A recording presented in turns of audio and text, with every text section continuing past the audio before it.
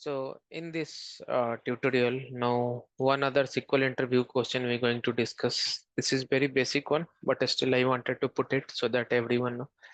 So in this one, now suppose someone asks, need to create that a new table same as the older table with value.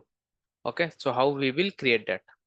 So this is that simple question that we need to create new table with all those record and same data type from that any other table. Okay, so now I will move it and we can try to do first select a star from some table I will select and then we will try to do it. Okay, product table only I will go and now let's see.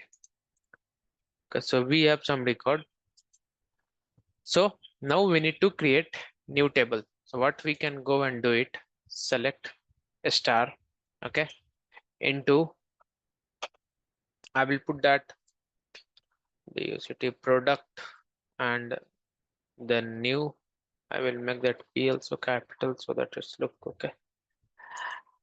In this way, select a star into product new from product.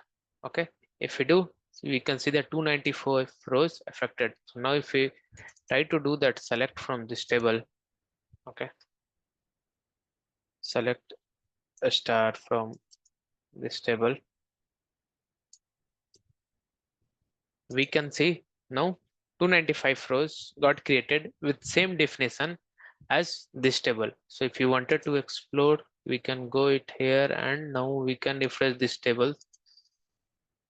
So now product new is there. So if I go and create as new in new query window and similarly, okay. So now this you can see product new, okay. And now if I go in that product and again I will do create new query window.